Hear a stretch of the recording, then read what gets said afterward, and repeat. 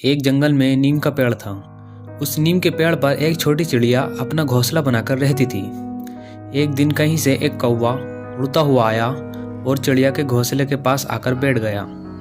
उसने चिड़िया से प्रेम भरी बातें करी और ऐसे ही बातें होते होते दोनों में गहरी दोस्ती हो गई। और फिर कौवा चिड़िया से रोज मिलने आने लगा। दोनों ढेर सारी बातें करते और एक दूसरे के साथ समय बिताते। कई बार वह दोनों खाने की तलाश में साथ साथ जाते थे। खाने की तलाश में वह उड़ते हुए एक गांव में पहुंचे।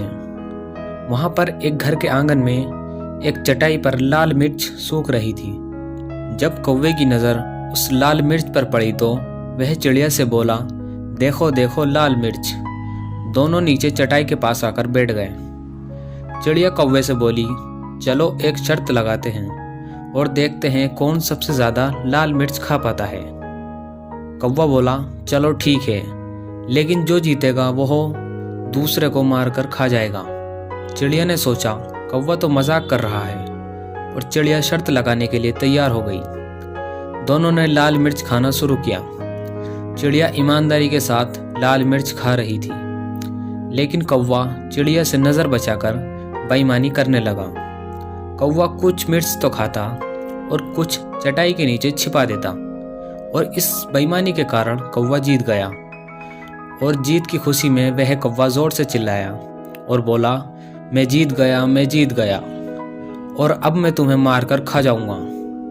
कौवे की इस बात को सुनकर चिड़िया को बहुत दुख हुआ।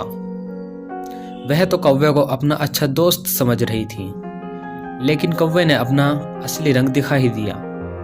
कौवा चिड़िया को खाने के लिए उतावला होने लगा।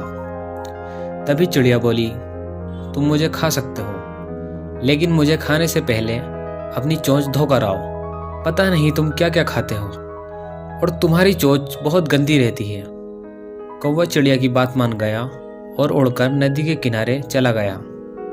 जब उसने नदी के पास जाकर पानी मांगा तो नदी बोली कि मैं तुम्हें अपना पानी नहीं दे सकती।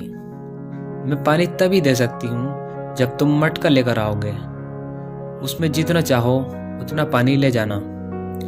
कौवा उड़ता हुआ कुम्हार के पास गया और उस कुम्हार से मटका बनाने को कहा। कुम्हार बोला, मैं तुम्हारे लिए मटका बना दूंगा, लेकिन उसके लिए मुझे मिट्टी की ज़रूरत पड़ेगी और मेरे पास अभी मिट्टी नहीं है। मुझे थोड़ी मिट्टी ला कर दो। कौवा उड़ता हुआ खेत में पहुंचा और अपनी चोंच से मिट्टी खोदने लगा। तब जमीन उससे कहती है, पूरी दुनिया जानती है कि तुम कूड़ा और गंदगी खाते हो, इसलिए मैं तुम्हें अपनी मिट्टी पर चोंच मारने नहीं दूंगी। अगर तुम्हें मिट्टी चाहिए तो फावड़ा लेकर आओ। कौवा उड़ता हुआ लुहार के पास गया और उस लुहार से बोला, मुझे एक फावड़ा बना कर दो।